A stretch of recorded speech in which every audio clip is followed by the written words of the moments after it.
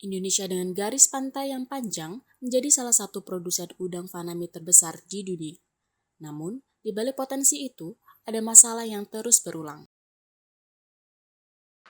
Petambak udang faname di Kecamatan Dugek, Sumeneb terpaksa memanen dini udangnya.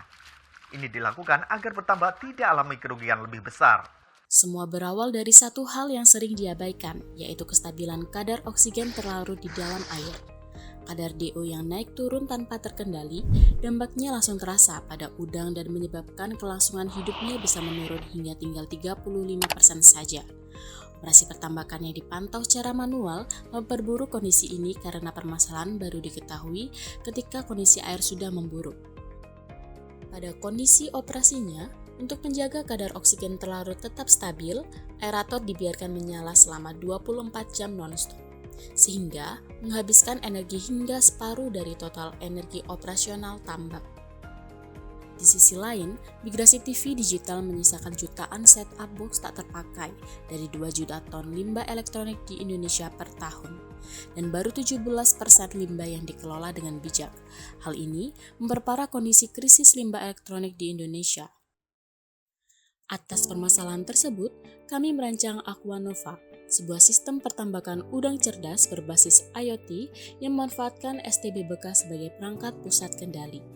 Aquanova mengintegrasikan estimasi DO berbasis AI bertenaga energi surya dengan kontrol adaptif untuk 3 fungsi utama, yaitu pemantauan kadar DO, kontrol otomatis aerator berbasis panel surya, dan filtrasi berkelanjutan.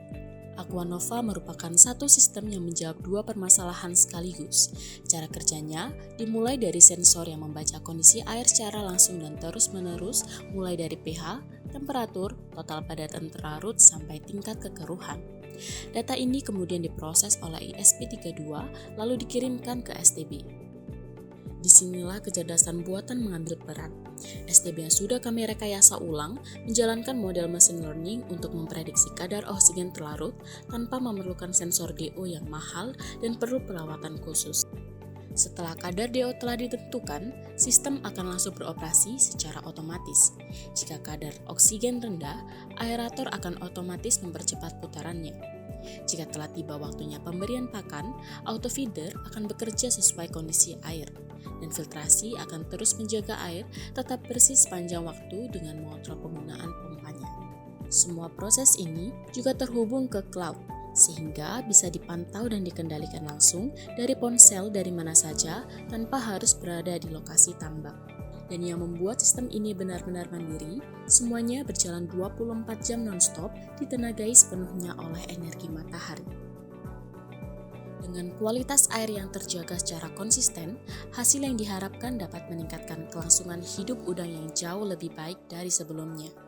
Kontrol yang presisi terhadap aerator dan pakan juga memberikan kemudahan dan efisiensi baik dari sisi operasional, energi maupun biaya operasional sehari-hari. Dan tidak kalah penting, sistem ini memanfaatkan kembali limbah elektronik yang selama ini terbuang percuma sekaligus berjalan dengan energi surya yang lebih ramah lingkungan.